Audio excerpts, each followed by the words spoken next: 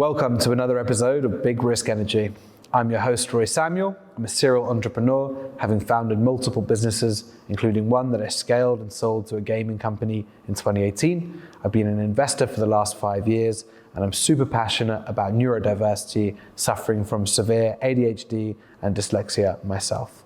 On this podcast, we talk to an amazing range of people, from actors to academics, investors to entrepreneurs, politicians, musicians, scientists, professional athletes, and everyone in between.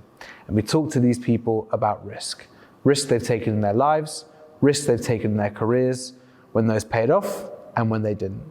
And on today's show, I'm blessed to be joined by the one and only Lottie Unwin. Lottie is the founder of The Copy Club. She's the ex-global head of marketing for Popcorn and an all-round marketing guru. Lottie, thanks so much for coming on the show. Thank you.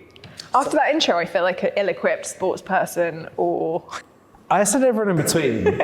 I'm in the in-between. I feel like there's a lot to you though. I feel like already in the 2 minutes... Okay, I'm like spreading in the in-between. 100%. I feel like in the 2 minutes that I've spoken to you before this podcast, that there's a lot going on. So let's start with that. Where does your relationship with risk and building things begin? Where does it start for Lottie? I think they're different things. The building things is a really interesting one, and I don't know the answer to where that begins, but I know it's always been in me. I think thinking about what you did as a child to play is a really interesting way back into like, where are these themes? And my play would be to make worlds. So I would, I wouldn't just make the poster that the homework assignment was in primary school. I would invent the entire school and write the curriculums and produce the textbooks and turn up on Monday with, literally what you would need to open Hogwarts. And I think that feeling of creation that was like paper mache on one day, but also like building something, that I think as a little girl got termed as bossy. I was quite quiet and quite forthright and stubborn and bossy to use like the gendered language we shouldn't use anymore, but that was definitely like the brush I got tarred with. Yeah. Was this feeling that I needed to create and I needed to make a place in the world.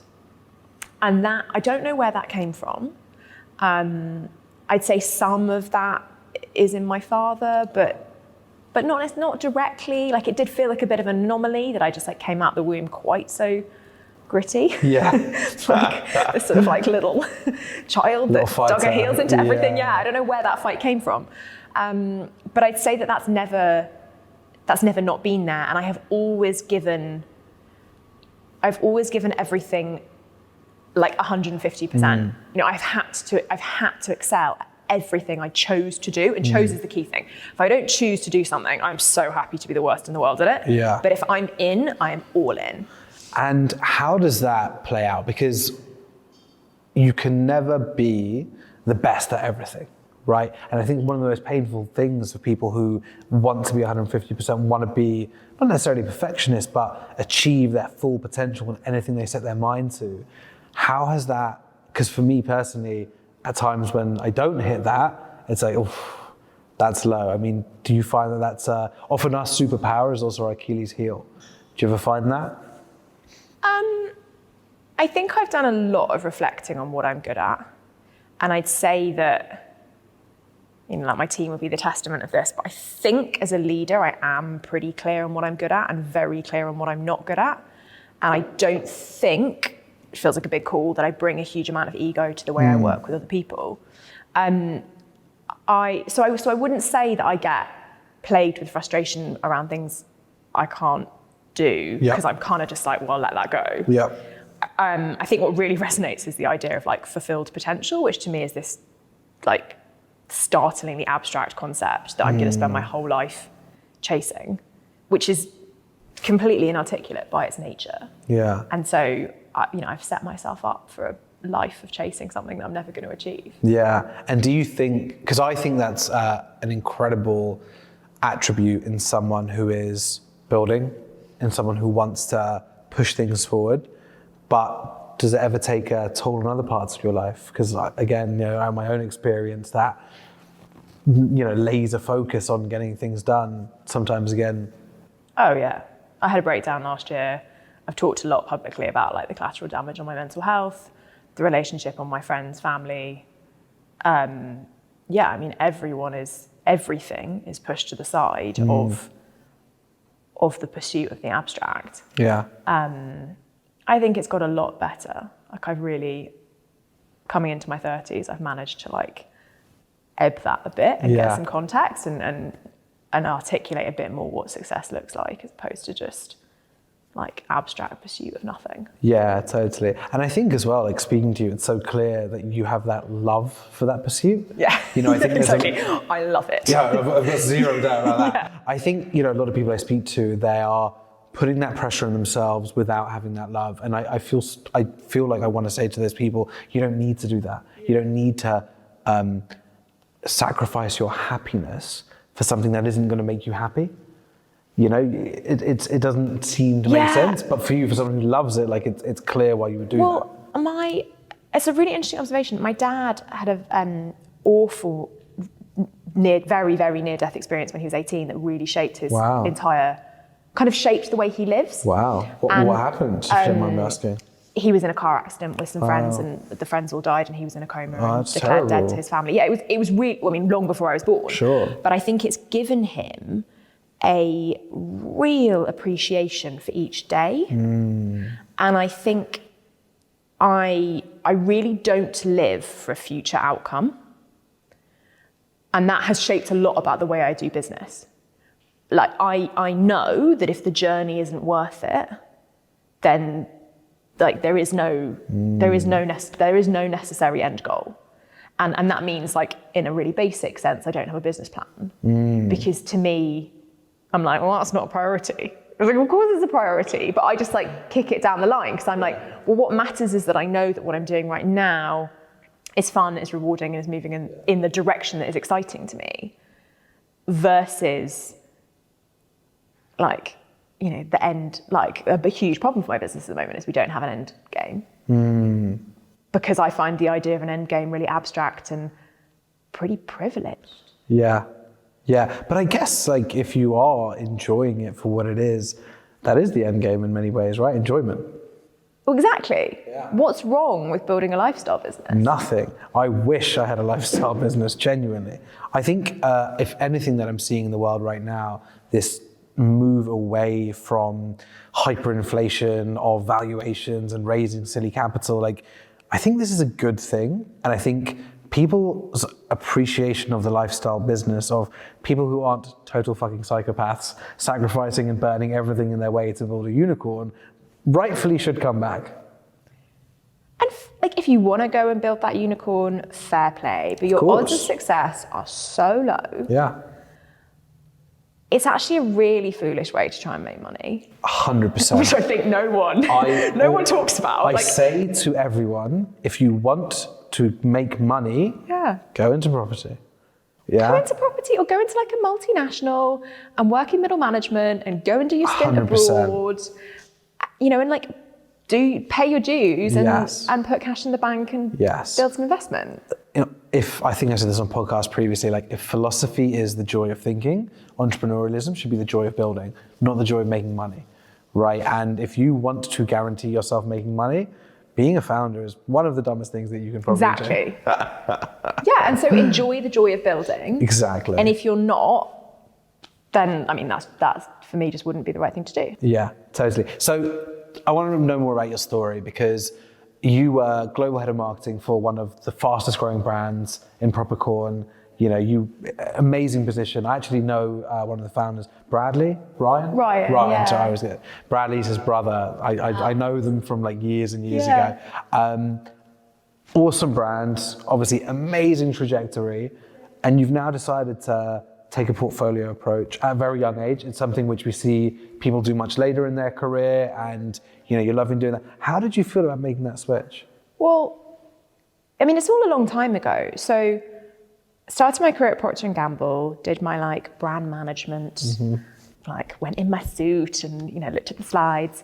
And and absolutely had the time of my life. Like, was so cynical. Really? Yeah, it was so cynical that big business wasn't going to be for me. And then turned up and was like, I love this. I'm getting trained. I'm getting sent to Geneva to sit in a hotel room for a week to be taught marketing. You know, That sounds pretty good. That's pretty good. Like, you get trained. And I don't think you can take that for granted. And so did that for a few years, but like was obviously way too high energy and was bouncing off the walls. So left to go and work at Propercorn, was like head of marketing, but you know, we were sitting around a kitchen table. It was pretty shambolic. I was given the title because they needed to give me something that made me kind of distinct from people I was meant to be managing. But it was all pretty thin on the ground, and was there for a few years and had like a mixed time. I found the crash landing into a startup brutal, which is where Coffee Club came from. Like an insane because you've come from this machine where everyone thinks the same as you. Yes. You've gone through this recruitment process. It's basically like, were you hockey captain? Do you do everything extracurricular? Have you got 5 million A stars? Great. Are you a natural leader? So much of a leader that you like bulldoze through anything? Great. And then you put all of these people in a room. They all think the same way. They all work so fast, and there's no diversity of thought at all. But there's this pace. And then you go into another business and it's like moving continents. Like the way that you interact is completely different. The language is different. The way decisions are made are different. I was working with a head of design who is a phenomenally talented woman, but I'd never encountered a designer before. So when I went, I've sent you the spreadsheet, she was like, what? And there was just no common language, and there was no support system. Yeah. And that's where I started Copy Club, which at the time was a supper club for people in marketing, literally because I was so abjectly lonely, it was destroying my sense of identity. Interesting. In what way were you lonely at that time? Well, a founder would say to me, what are we doing to support Tesco's? I never worked with Tesco's. I'd never worked with budgets that weren't 15 million. Sure. I was 24. I didn't have any friends and felt completely excluded because there was this like way of operating that wasn't a way I was part of. And so, everyone would leave the office and there'd be like popcorn everywhere and kind of collateral damage. And I just sort of sit there like late into the night on YouTube, Googling stuff that there aren't answers to. And if you go back to like, I was always building stuff, I was always a high achiever, that feeling of failure was just like earth-shattering. It was like the first time in my life where I'd been really bad at something. Yeah. And I couldn't say to the boss, I have no idea. Yeah. What are you going to do to help me with this? Because my job was to know the answer. And yet that's such a stitch up, because that is a stitch there's up. no part of my CV that pretends I have the answer. You got hard done by there, I'll be honest. But I think that's what happens to literally everyone in early stage businesses who are underpaid over.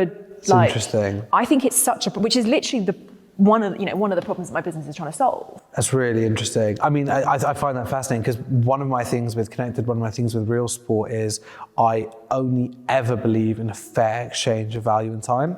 We have never underpaid a person, because like I see so many founders do this thing of, once we raise the Series A, once we get there, then you'll get paid well. And it's bullshit. It doesn't work. Every single person in Connected has options. Like every single one of us is in this together, and it's why we have a 96% retention rate. Like people don't leave Connected. 2 people left Connected, both asked for their jobs back within 4 months. Unfortunately, speed of the way that startups move, one left for Warner Brothers, one left for Amazon, both wanted to come back within 6 months. But I totally agree with you, and it's, I call them the cultural founders in sheep's clothing, right? They'll say the right things, but in reality, they just treat you like shit. And I don't want to slate Propercorn. But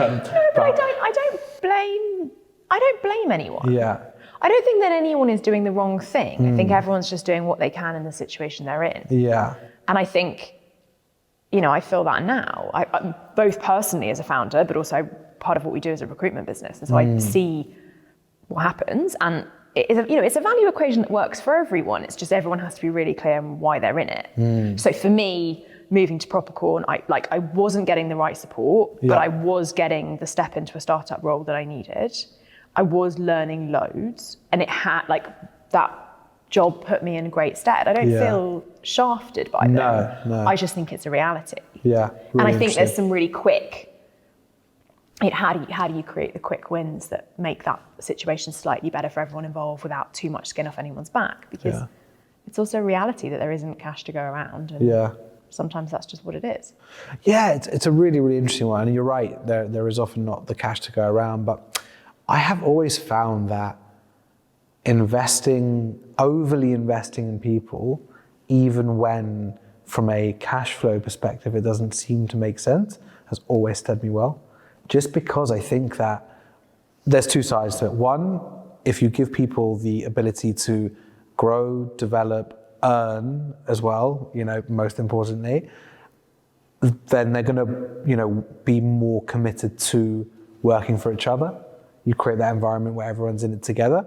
And also, you're just on the hamster wheel of trying to replace people, which is less sustainable as a business. Yeah, and it's expensive. It's super expensive. Yeah. Well, okay, so went to Propercorn, realised I was really lonely, and realised that there was no growth structure. So just to kind of play back into what you're saying, was given this marketing team who were phenomenal, still really close to both of them, really, really talented people. And my job was to make them better. And yet there was no resources and there was nothing in the industry to do. So at P&G, I got taken to the learning centre. There was a building called the Learning Centre where we'd go and do learning.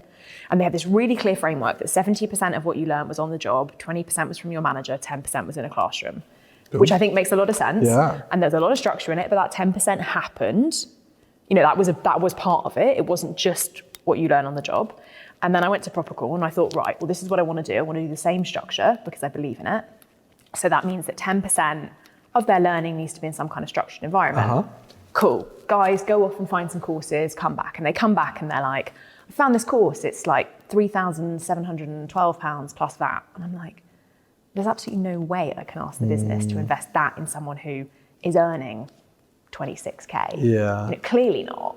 Yeah. So instead I'd go like, okay, I've bought you a book on Amazon and like, here's my mate that I've, promised that you can go for coffee with and pat on the back, like, bye. Yeah. And it just felt so woefully inadequate. Yeah. And like really wrong. It's like I'd had this incredible training just because I decided at a careers fair to go for a big business. And yet because someone had made a slightly different life choice, they weren't going to get the same tools. They were just going to get no support ever. Yeah. It's like, this isn't cool. And so that's when the supper club began to like evolve into more training opportunities and more structured sessions. So we'd run breakfasts on influencer marketing and just get 10 people together and say, right, I say we, I always do this when I'm telling the story. There was no we, it was just me. And like what do you know about influencer marketing? And if 10 people say I did this thing well and this thing badly, then you come out 10 times better informed. Absolutely.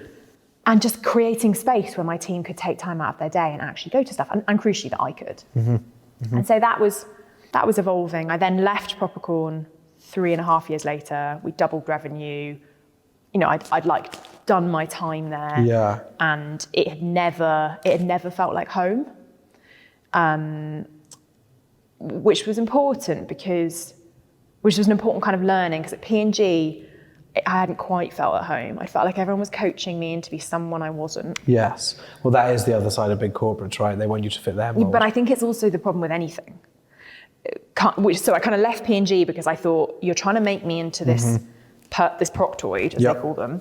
And if I look at the senior leadership, like, I don't want to be any of you. I'm working as hard as I possibly can to be something I actively don't want to be. Like, I need to get out of here. And then I went to Propercorn, full of amazing, amazing people, but I also felt like I was being asked to be a certain kind of person. And again, it's like, this is a different kind of person. This is a different cultural dynamic. But again, that's not who I am. And I just never felt quite included. I think there's a cliquiness sometimes to small business culture that I think could be quite challenging. So I left, and I was also fed up with retailers temporarily. So I left to go and work at a mortgage startup for a bit. And then in that time, my ex-boyfriend and I had decided that we were going to move abroad, and he got a job in Delhi. And so we moved to India. Wow. For 3 years. I had no idea. And so that's kind of where the business all started. So Right. the key kind of moment of change was, there's me in my flat in Delhi, Ali, my ex. I mean, what was that like, culture shock wise? Like, is that? Yeah, it's I feel wild. like there's a big story It's here. absolutely wild.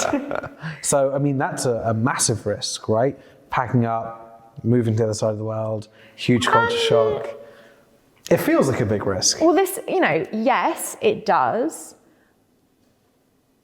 But like travel is my one big love. That's all I ever want to do.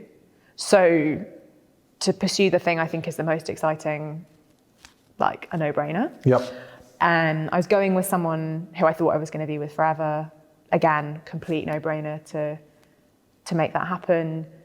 We'd had the conversation long before that was what we were going to do, and it was a very like strategic move for him to like work out that he could be in a position where he's a journalist, where he'd get moved to be foreign correspondent there, and that would be like a natural transition. And so there was no real moment of risk. Like each juncture, it just felt like the next logical thing. And did you know what you were going to do? Well, I told everyone I was going to just like take some time off and volunteer, which I think must have been genuinely hilarious to my friends and family. But everyone just like sweetly smiled and nodded as I was like, I'm just going to like do some yoga and, but crucially, I had some headspace, which I filled really quickly by like stacking myself up with freelance work. Yeah, fine. But that was where the business began to not crystallize. The business only crystallized in the last like year.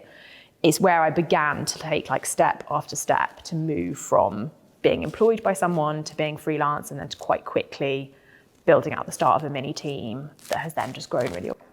Super exciting. And were there any challenges running that organization from Delhi? Was it always been something which is virtual? No, there was no issue. Because when was this? Was this pre-COVID? This was 2 years pre-COVID. Fine. So I thought Copy Club would fall apart. Yeah. Because, and let's be clear, it was like 300 people on a mailing list at this point. It's not really a thing. But I just thought, well, that'll be the end of it, and it'll be a nice thing I did while I was in London, and maybe I'll come back and resurrect it.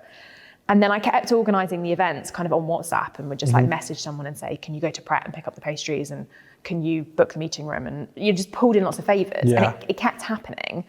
People kept telling me they loved it. I'd wake up every morning to like a ton of messages being like, that was amazing, Really? it was so great. And I was thinking, well, there's nothing to do. I think naively, I kind of thought people were showing out of loyalty to me. I kind of was like, oh, maybe they're all coming as a favour. And that I just owe everyone a lot. And then I sort of realised that actually the value, like that wasn't the value exchange at all. And also like how utterly farcical that I thought, like who owed me anything to tell, like what was that thought? And so, no, it just kind of worked.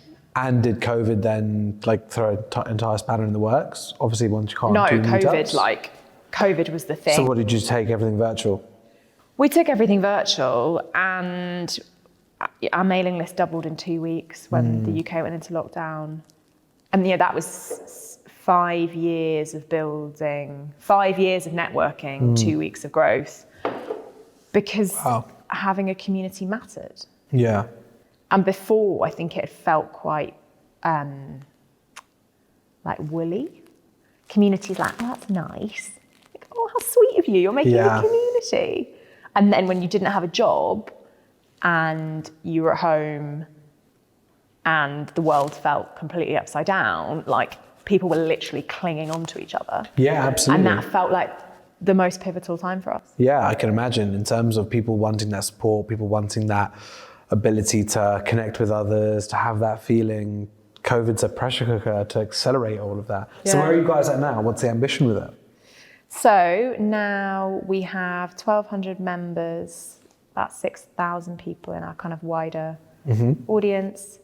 In the community itself, we have a recruitment business called Matchmaking that I'm really proud of in terms of the service we offer people, like genuinely getting talent into roles that they would never have found otherwise. That job that you didn't know you were looking for, but when you read about it, you're like, that is actually it. I just was not going to Google it. And then we have a team called Brand Hackers where we run outsourced marketing teams for startups, which is just the fruition of my freelance work, just like on steroids and big, because there really is a gap. And the ambition is to do this for a lot more people. Yeah. You know, I speak to someone every day who tells me they wish they'd found us earlier, and that gets me. Yeah, of course. And I don't think I'm changing the world, but I do believe that being part of Copy Club makes you a little bit happier than not being part of it. I like that. That's really nice. Yeah. And how big is the team now? 18. Wow, that's insane. So when did you bring in your first member of the full-time team? Hope, who's still with us, joined me just before the UK went into lockdown in Delhi. Fine. So we worked from super exciting. So she was also living in Delhi. Oh, I no way. met her because she crashed my birthday party. No way. And then I put something on Instagram being like, I need an assistant. And she was like, what about me? And so we worked from my kitchen table, often in my pajamas. And then from different sides of Delhi, because when the city went into lockdown, there was like armed guards and you couldn't move. So we were like 20-minute cab away from each other, but couldn't see each other. Yeah. And then we've both worked from all over the world. And Yeah. she was the first. And then last year it was a new hire every month. Wow. And then when did you leave Delhi? Because obviously COVID got really bad in India. Yeah, I left Delhi just before my 30th birthday. So June 2 years ago, thinking it would be 6 weeks. So went to Delhi with my ex, left him quite soon after we moved out, had a really tumultuous, as you can imagine. Of course. We've been together for 9 years, so... Never easy, that. Yeah. 6 months of being like hysterical and unhinged at the same time. And then set up my own life there, and so moved into a flat with a girlfriend and kind of began to build a business in earnest, like came out of my sort of like hibernation grief phase and started to make something. And how did you find that? Because I've been in a situation where I was building my last business. I had a 6-year relationship that ended just as my business was picking up in a big way. Yeah. It's a difficult thing to manage. You know, I think there is the ability to throw yourself into building something, but it almost feels like, for me anyway, at that time, putting off dealing with things by focusing on something else. I know this is quite a personal question, but you know, sure, it's big risk energy, so we always get into the good stuff. But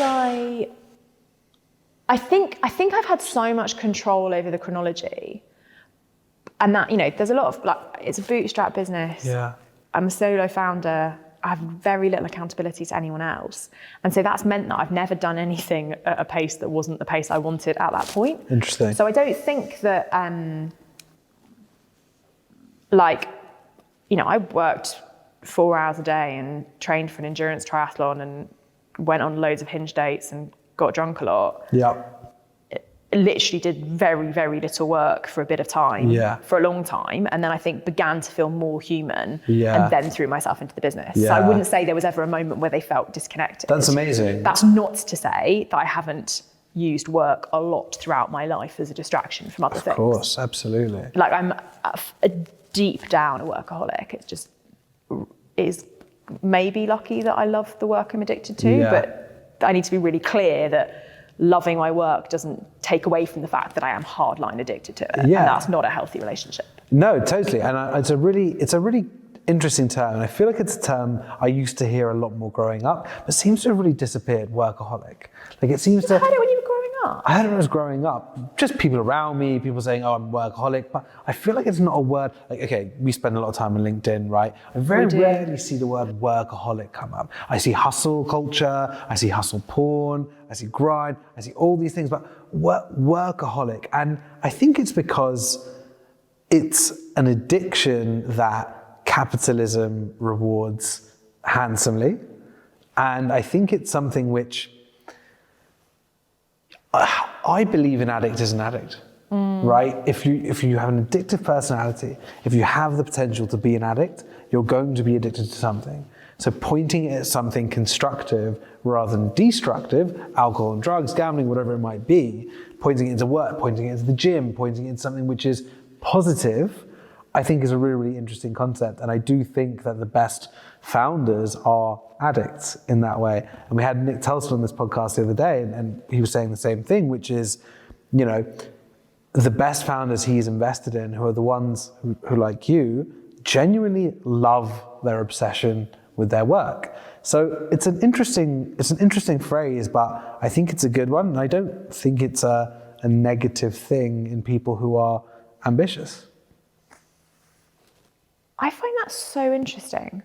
I don't know if I guess your hypothesis is we're all if you're addicted, you've got to put that addicted somewhere. Mm-hmm. You can't be addicted or not. And I think I grew up with a lot of addiction. Mm-hmm. It's like defined a lot of my childhood, and I really struggle with the idea that I can't not, the implication that I couldn't not be an addict. And I think I know a lot of recovering addicts who are now no longer addicts. It's interesting. So really interesting. I would kind of question the hypothesis that you're like born an addict, therefore. I don't know if you're born an addict, but I don't know. It's a weird one, because I similarly had a lot of experience with addiction growing up, and I find that people can become addicted to recovery. You know, people can become all about recovery. People who do meetings every single day, and you know, they then become mentors in that. And I don't think there's anything wrong with it. Like, I'm not denigrating in any way, but I see a lot of people get addicted to recovery. It's something else to go all in on. I think if you're, I don't know, I'm not a clinical psychologist by any means, more a test case than anything, but I really do believe that it's about displacement of negative addiction with positive addiction. But it's fascinating. I mean, it's... Yeah, and I suppose that's the key distinction. I think I ran a workshop on workaholism really recently. Interesting. I think the definition of addiction is something that has destructive implications for either you or the people around you. Interesting. And so positive addiction in that light is kind of an oxymoron, but like quite a helpful one, which is to say that that's something other. It's interesting, because I guess this is why definitions are so... Yeah. I say this could be the most boring podcast of all time. I'm about to say definitions are really interesting. We're just going to talk about diction definitions. No, diction's super interesting. Definitions maybe less so. But my definition of addiction has always been foregoing normal human behavior to satisfy whatever that addiction is. So I've never seen addiction as something inherently negative. Okay. As in, of course it can be if you're addicted to the wrong things, but it's more, for me, denying normal human behavior to fulfill that action. So I know I'm addicted to work because I've denied relationships, I've denied my own happiness, I've denied my social time, I've denied everything in order to keep building. So I still see I'm an addict, but addicted to building in that way. Okay, but what that does in the context of workaholism is kind of say it's okay. And I think that's quite dangerous. I don't think workaholism is okay. I think having a passionate relationship to work where you're really committed is great, but I think we have to find language to say there's a point where it's become unhealthy, and there's a point where the impact on others is really extreme. Yeah. And that's why I find the word workaholic really important. It's taken me a long time to get comfortable being able to use that, like to basically say like those who I grew up with, who I kind of tried to be better than, different to, I'm just the same. I'm just putting my addiction somewhere else, and I have to actively fight that addiction as I ask them to actively fight their addictions. And it's not okay, like it's not okay for people in my childhood to just keep drinking. It is not okay for me to keep working. Interesting. At the expense of those who just deserve better. And I'm a deeply flawed human being, absolutely. And I have not figured out my work addiction yet, for sure. It sounds like you're much further along this journey than I am, which is amazing. I'm in that bit of knowing whatever that window is where you know, but you don't have the answers. Like I can see it. And I think I've got some controls, but to your point, I'm like, why aren't we talking about this? I don't know. Yeah. And well, I think it's because, yeah. Sorry to cut you off. No, I just think the way it's used, which is like, I'm a workaholic. Yeah. Like if you've grown up with an alcoholic, that's not a funny word. No. No one's going to be like, I got my mug that says I'm an alcoholic. Like, no, it's not acceptable. Yeah, and totally. so why do we kind of like make it into merch? Yeah. Do you know why? Because capitalism fucking loves it.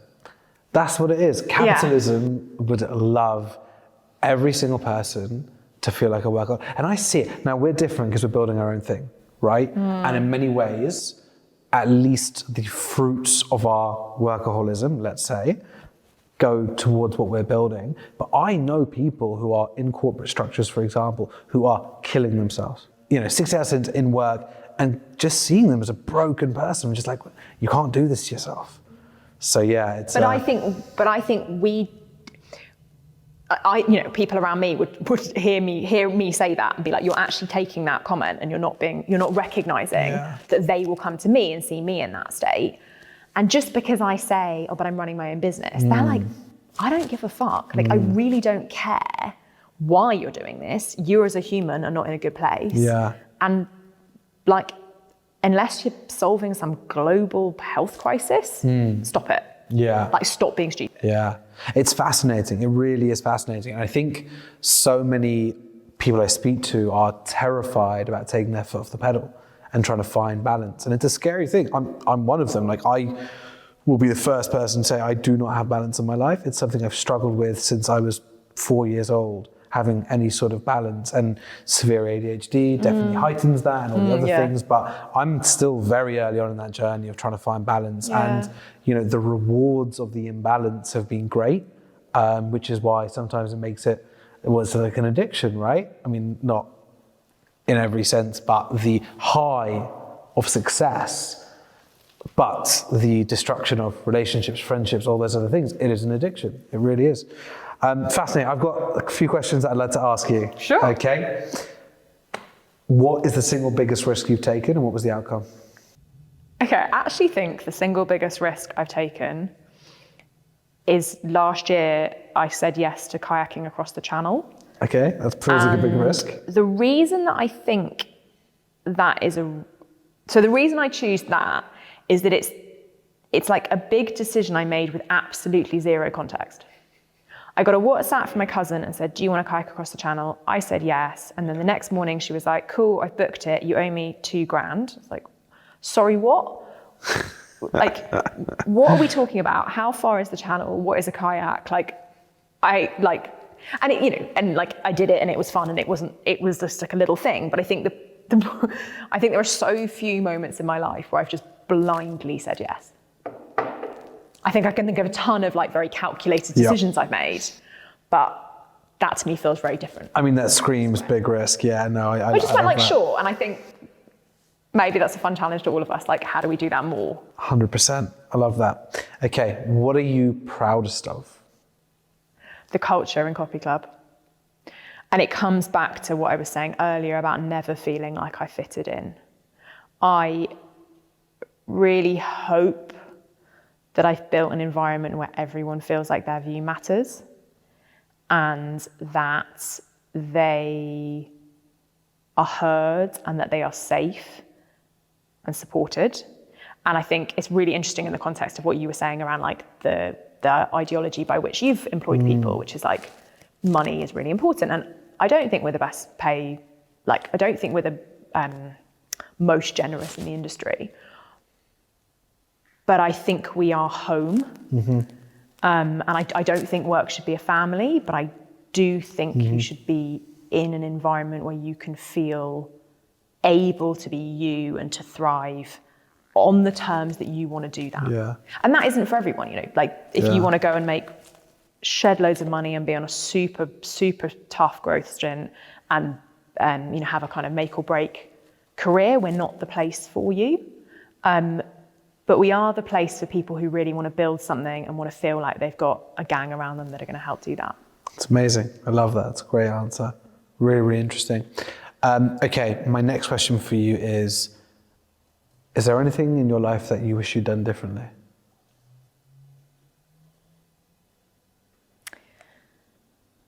So we actually haven't talked about my weird relationship with money. Okay. Which I'm super excited for this already, by the way. Which underpins loads of my attitude to risk. Okay. So I am financially comically risk averse. And that's because when I was growing up, there was times we had loads of money and times we had no money, and when we had no money, it was incredibly toxic and made things horrible. And so to me, financial instability equals hell. That formula is like stone set in my brain.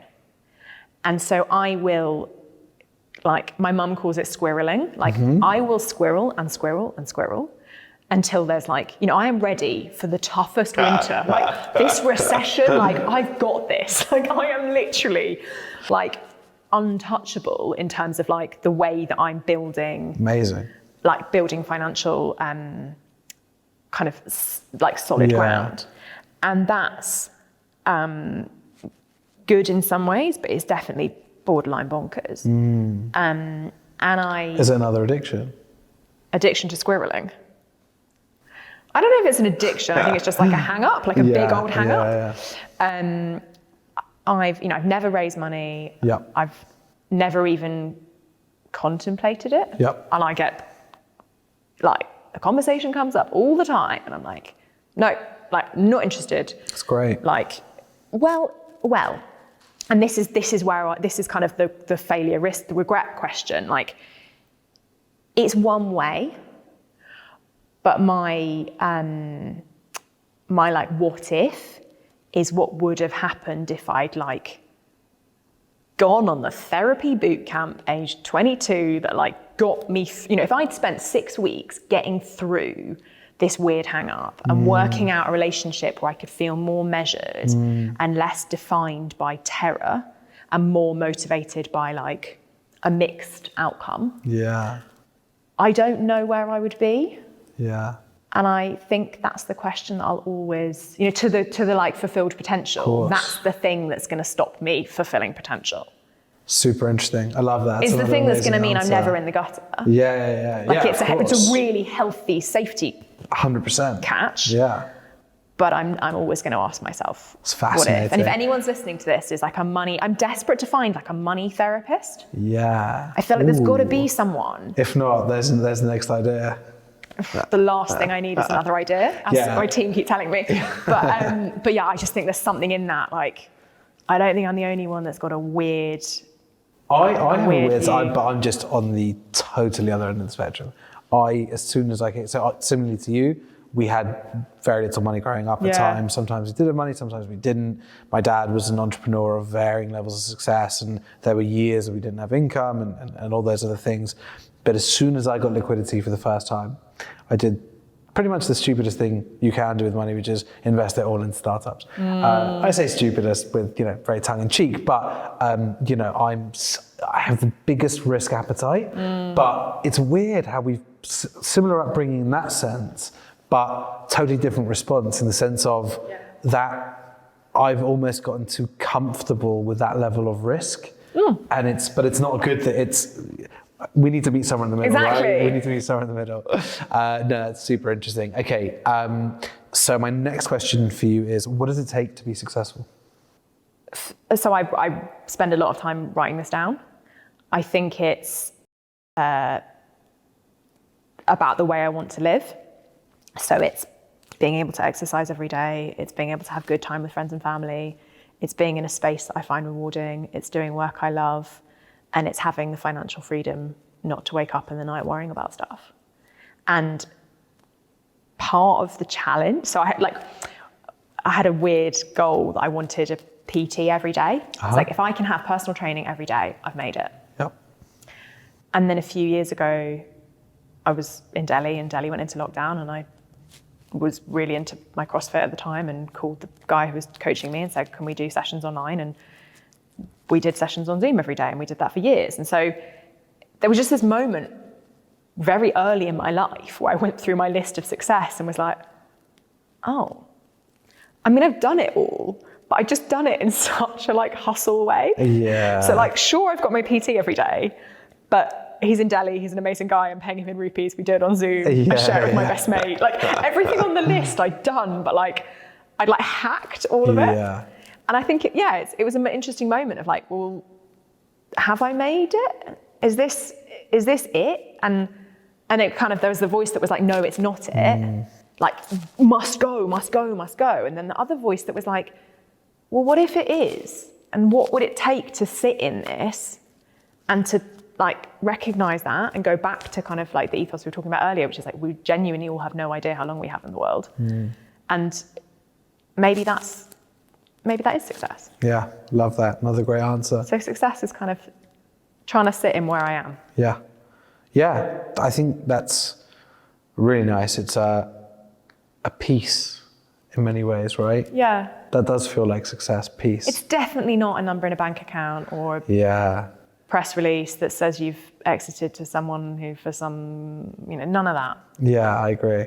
And that is zero guarantee of happiness alongside that. Yeah. Zero guarantee of happiness alongside that. Yeah, I don't think it's the success to chase. Okay. My last question for you is, a 15-year-old Lottie walks into this room right now. What are you telling her? That you're going to be great. Yeah. Simple. Yeah, she worked really hard and like put a lot of blood, sweat and tears into everything and not that much time into what she wanted. Amazing. Lottie, thank you so much for coming on the show. I really appreciate it. Thanks for having Anything me. you want to plug? Join the Copy Club. If anyone is involved in marketing in any way, Copy Club is the place to be. And if anyone is a financial therapist, call me. And me. Call us. Amazing. Thanks so much. That was great. I really appreciate that.